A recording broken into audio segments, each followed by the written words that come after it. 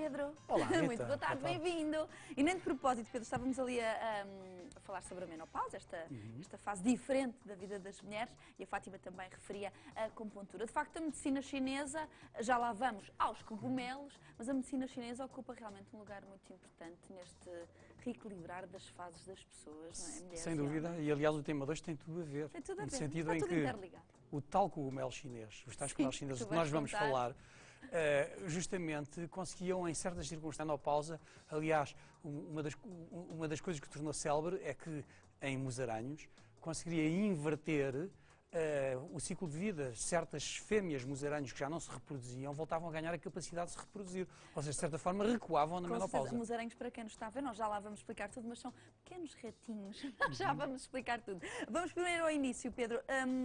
Cogumelos que curam, de facto, cancros e patologias clínicas. Onde é que isto tudo começou? Na história milenar, na China? De onde é que isto vem? A história é muito interessante. Bom, a história começa com o primeiro imperador que deu o nome à China, o imperador Qin. Sim. Aliás, é daí que vem o nome China. Os europeus começaram a pronunciar, a China, depois de ser conquistado pelo imperador Qin, é o som, ficou Qin. Então, no Ocidente começou a dizer China. É daí que veio o nome deste imperador que viveu 300 anos antes de Cristo.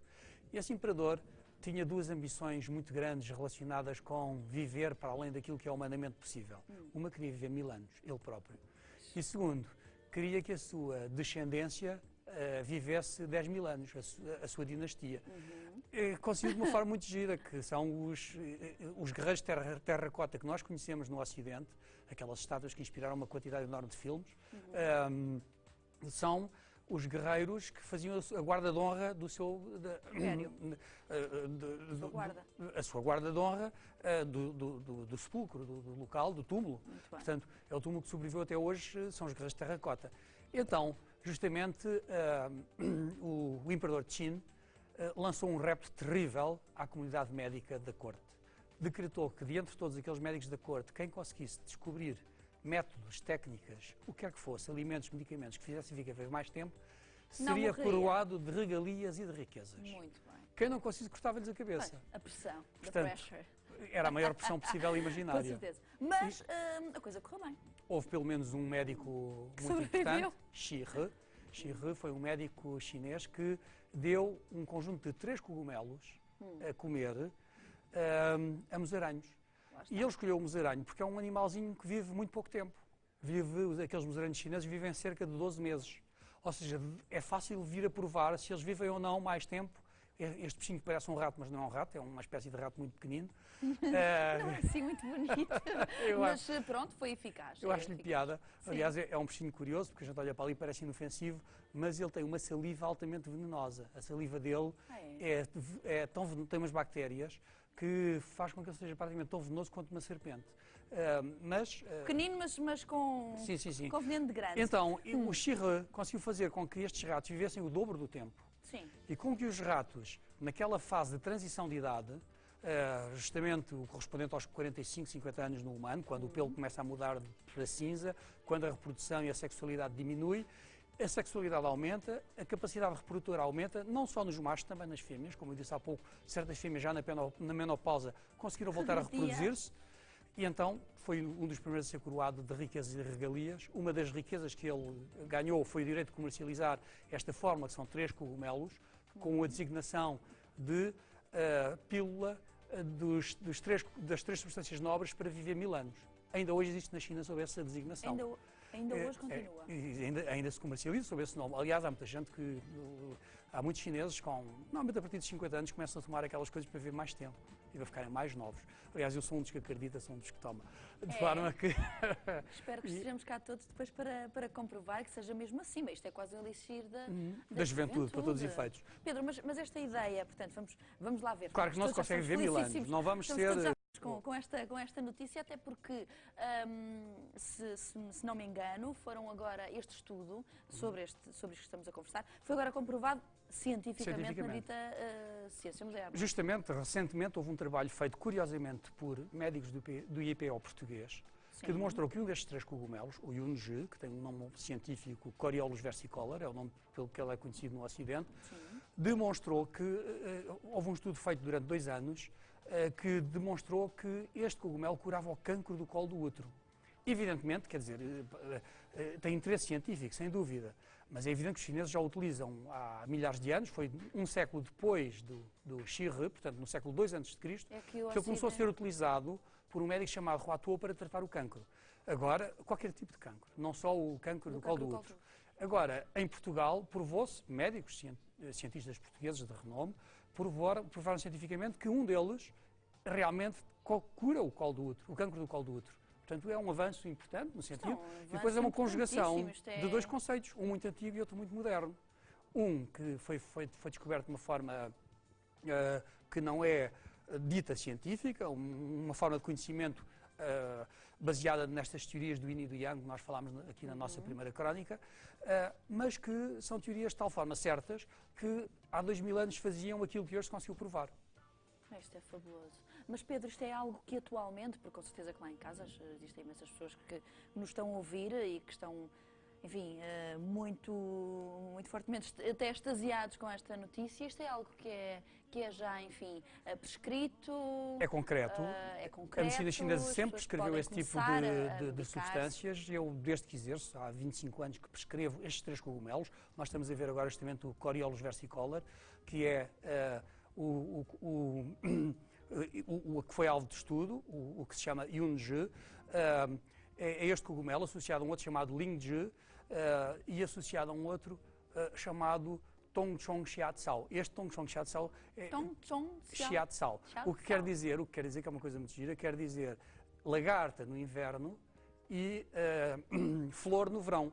Ou seja, aquela lagarta que o Pedro me mostrou. Justamente, o que acontece é que esse cogumelo tem um ciclo de vida muito curioso, que é que passa pelo interior de uma lagarta. Ou seja, a lagarta é este que nós estamos a ver agora. A lagarta, aliás, se olharem bem para a imagem, conseguem perceber as perninhas das lagartas. Na verdade, a lagarta come o cogumelo, que tem uns esporos gastro-resistentes, e depois as sementes ficam no estômago da lagarta e, quando ela chega adulta, crescem, saem, regra geral, pela cabeça e alimentam-se do corpo da lagarta. Tem uma coisa gira, é muito difícil, é impossível cultivar este cogumelo, ou seja, só se consegue colhê-lo da natureza, o que o torna muito mais caro. O que nós estamos a ver agora é este Lingzhi, que é o tal cogumelo. Isso é este trigo, são estes 3 cogumelos, o Coriolus versicolor, que também é conhecido. De troika, não é? Sim, é uma troika. Eu utilizei o palavrão agora que está na moda, que nem sequer é uma palavra portuguesa. Esta troika de 3 cogumelos fazem uma sinergia, que são os 3 juntos que conseguem produzir este efeito e esta pílula para viver 1000 anos. Quais somos? Eu recorro a estes cogumelos, normalmente um deles apenas isolado, consoante o paciente, nos doentes oncológicos. Nós tratamos muitos pacientes com cancro, não é eficaz apenas no cancro do colo do útero, como foi demonstrado no Lingzhi, mas praticamente em todos os tipos de cancro. Pedro, e teve mesmo já a comprovação? Enfim, bom, nós temos, eu trato todos os dias pessoas, eu recebo todos os dias na clínica pessoas com doença oncológica, todos os dias, e há muitos anos, e até há cerca de 15 anos atrás, a medicina chinesa era mais eficaz do que a medicina convencional a tratar o cancro. Felizmente, a medicina convencional evoluiu. Começou a acompanhar. E hoje em dia é ainda mais do que a medicina chinesa. Portanto, neste momento, o melhor para o doente é os 2 juntos.